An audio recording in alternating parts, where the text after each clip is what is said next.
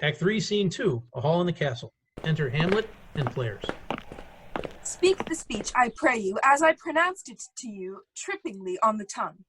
Nor do not saw the air too much with your hand, thus, but use it all gently. You must acquire and beget a temperance that may give it smoothness. Oh, it offends me to the soul to hear a robustious, periwig-pated fellow tear a passion to tatters. Pray you avoid it. I warrant your honor.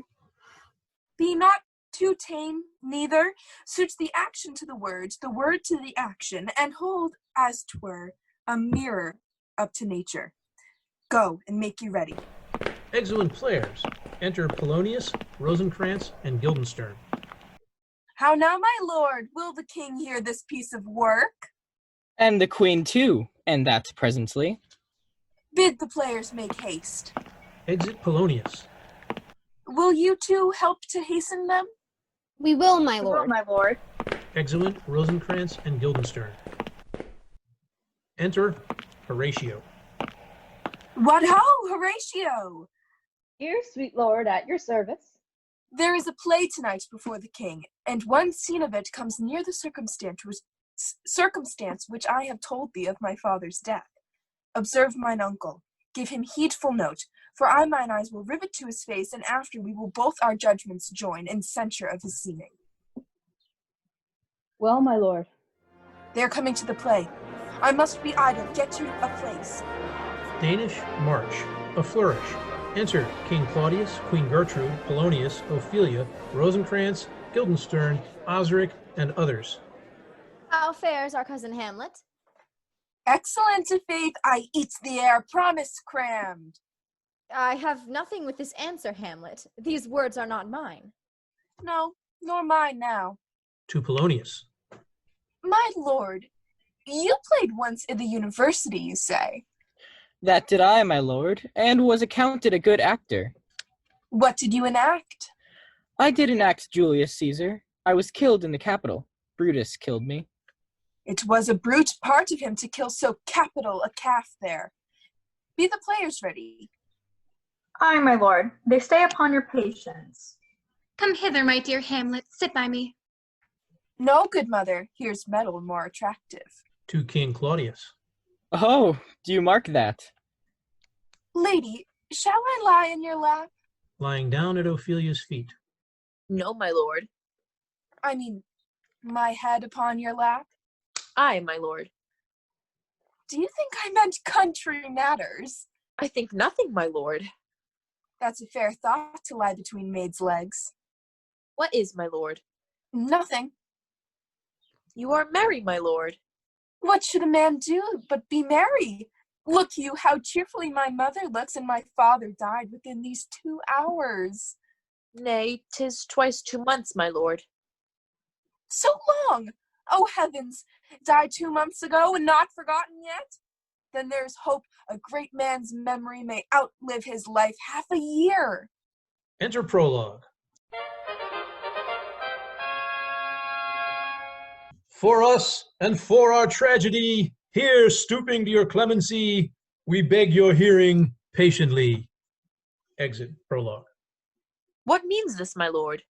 Mary, it means mischief. Is this a prologue or the posy of a ring? 'Tis brief, my lord. As woman's love.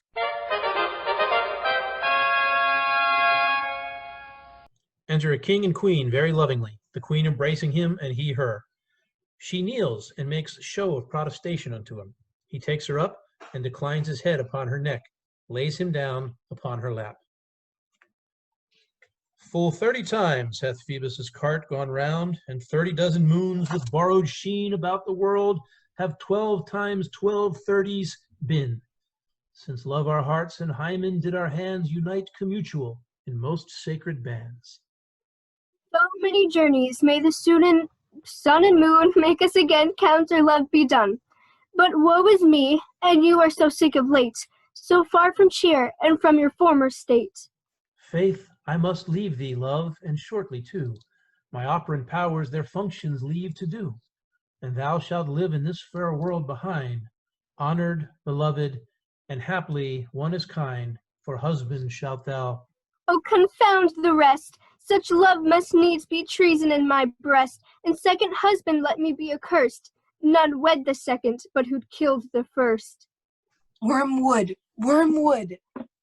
The instances that second marriage move are base respects of thrift, but none of love. A second time I kill my husband dead, when second husband kisses me in bed.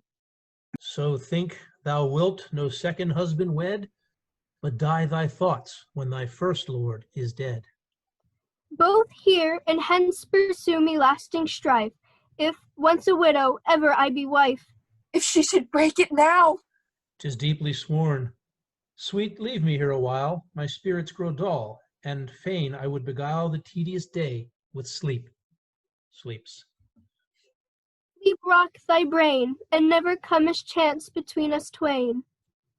Player queen exits, player king remains asleep. Madam, how like you this play? The lady protests too much, methinks. Oh, but she'll keep her word. Have you heard the argument? Is there no offense in it? No, no, they do but jest. Poison in jest, no offense in the world. What do you call the play? The Mousetrap. 'Tis a knavish piece of work, but what of that? Your Majesty and we have free souls, it touches us not. Enter Lucianus. This one's Lucianus, nephew to the king. You were as good as a chorus, my lord.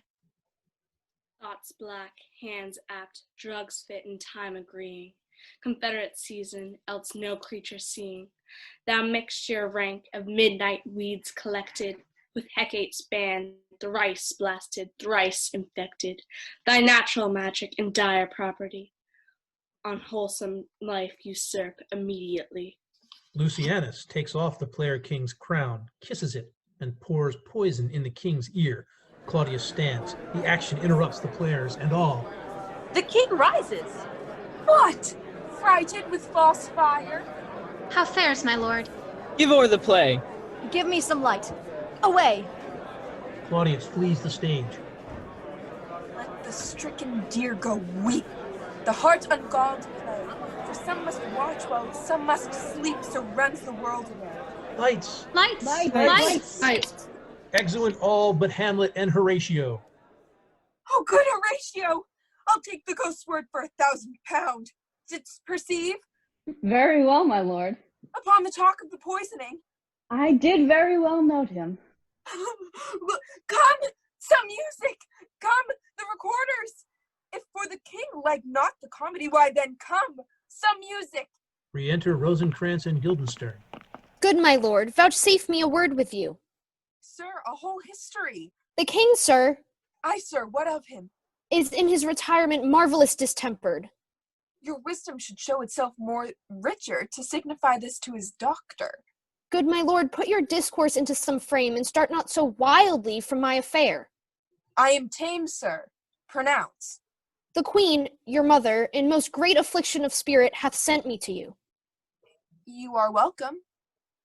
And thus she says, your behavior hath struck her into amazement and admiration. Oh, wonderful son, that can so astonish a mother. She desires to speak with you in her closet, ere you go to bed. We shall obey. Have you any further trade with us? Good my lord, what is your cause of distemper? You do surely bar the door upon your own liberty, if you deny your griefs to your friend.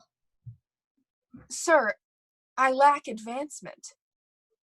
How can that be, when you have the voice of the king himself for your succession in Denmark? I do not well understand that. Will you play upon this pipe? My lord, I cannot. I pray you. Believe me, I cannot. I do beseech you. I know no touch of it, my lord. 'Tis as easy as lying. Govern these with your fingers and thumb, give it breath with your mouth, and it will discourse most eloquent music. Look you, these are the stops. I have not the skill. Why, look you now! How unworthy a thing you make of me! You would play upon me. You would seem to know my stops. You would pluck out the heart of my mystery. You would sound me from my lowest note to the top of my compass, yet cannot you make it speak. Do you think I am easier to be played on than a pipe? Call me what instrument you will. Though you can fret me, yet you cannot play upon me. Enter Polonius. God bless you, sir. My lord, the queen would speak with you, and presently. Do you see yonder cloud that's almost in the shape of a camel? By the mass, and 'tis like a camel indeed. Methinks it is like a weasel. It is backed like a weasel. Then I will come to my mother by and by. I will say so. By and by is easily said. Exit Polonius. Leave me, friends. Exeunt all but Hamlet. 'Tis now the very witching time of night, when churchyards yawn and hell itself breathes out contagion to this world. Now, could I drink hot blood and do such bitter business as the day would quake to look on? Soft. Now to my mother. I will speak daggers to her, but use none. Exit.